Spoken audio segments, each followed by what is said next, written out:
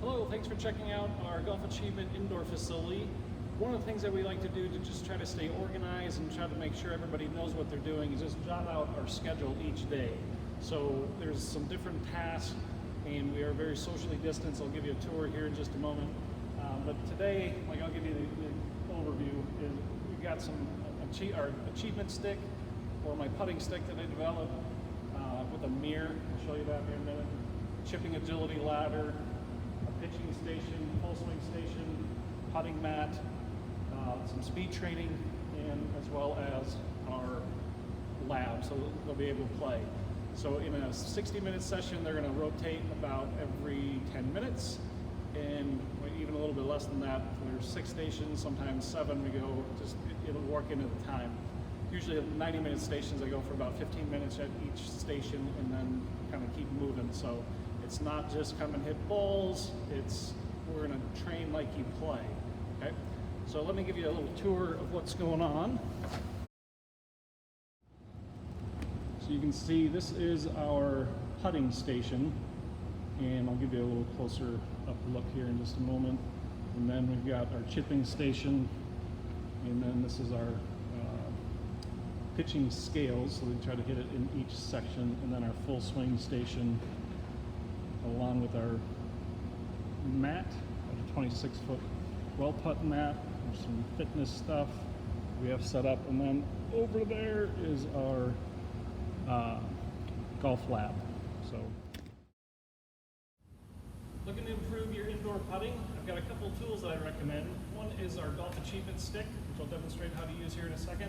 And the second is an eyeline putting mirror. Both great tools, and here's how I like to use them. So this is our putting platform here at Twin Cities Orthopedic in Eden Prairie. So we set the putting stick down. As an optional add-on, it does have a mirror, so you can see not only if your eyes are over the mirror this way, but also if your eyes are over the mirror. And then I like to use this one for shoulder alignment. So we just put that on the inside. Then we set up. Want to get your eyes over the mirror that's in the stick. Your shoulders square or consistent, doesn't have to be necessarily perfectly square. They get open, your hands tend to go left. If they get closed, they tend to go right. So I think it's easier when they are square. And then set the club down in your stance. So part of the achievement stick is there's a inch stick, so you can tell or you can see what your stance width should be. Okay. I happen to be 8'8". I like to put that ball more in the middle. My weight needs to be more on the balls of my feet. So my eyes are set. I can see my eyes in the mirror. I can see my shoulders are square. Let's try to roll this putt off the end of the stick. Okay. So this provides some great purposeful practice. Give it a try, and I think you'll like it. Hello, Golf Achievers. This one is our chipping station. It's one of my favorite stations. Everybody looks at this one and goes, wow, that's really hard. And it is until you do it a few times. But let me explain. So we've got a cone, so you can either set the cone down to identify where you want them to start, or you can put the cone in the square in our agility ladder. Okay? So within the agility ladder, we're just trying to develop some touch with some chipping. So our 3 main keys with chipping is weight a little bit more forward, hands forward, and that handle stays leaning forward. Okay? So weight just a little forward, hands forward, and drag the handle forward. So those are our typical cues, and then we're just trying to land one in each box. So there's a couple different ways you can do it. It could be knockout style, so I just take one of the cones and pop it in the box that I just hit it into, and get the next one. If you hit the bridge, it counts on either side. So if I hit the second bridge, I can count it as the first one or the second one, just to make it easy. But this is a great way of developing some touch with your chipping, and I think it's really going to help. Give it a try.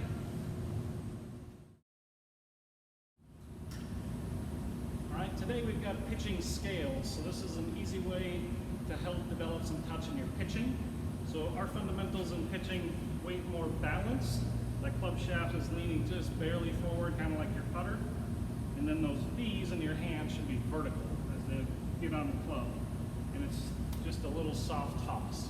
So you can either have the low toss off the chip, mid-toss like a pitch, or a high toss of a lob shot. So you can work on any of those 3 shots at the station.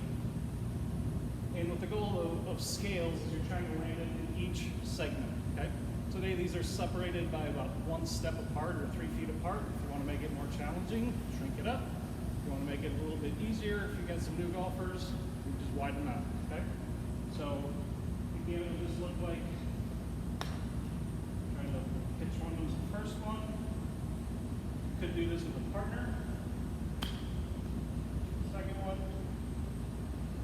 And use your eyes, see the trace, the curve. And the third one, okay? So, great way of working on your pitching. Give it a try, I think you'll like it. Hello again, Golf Achievers. This is one of our full swing stations that we set up today. And what I asked for the players to do is hit 5 shots with their pitching wedge, their 7-iron, and their driver. And we're looking at a little bit of shot dispersion and how tight can we make that carry distance average. So a couple other tools that I use is a right balance stance width, so you can identify your stance width, so I can cue you to make sure you just quickly double check and make sure that it's right. Look at ball position. We can do a bunch of stuff here off the mat. Got a little flight scope Nevo to help you with the distance, and that's just going to get spit out on phone or an iPad. So you've got a bunch of other training aids, like putting barriers in the way, whether it's a bag, or cone, or chili whacker, just different things. So again, 5 shots.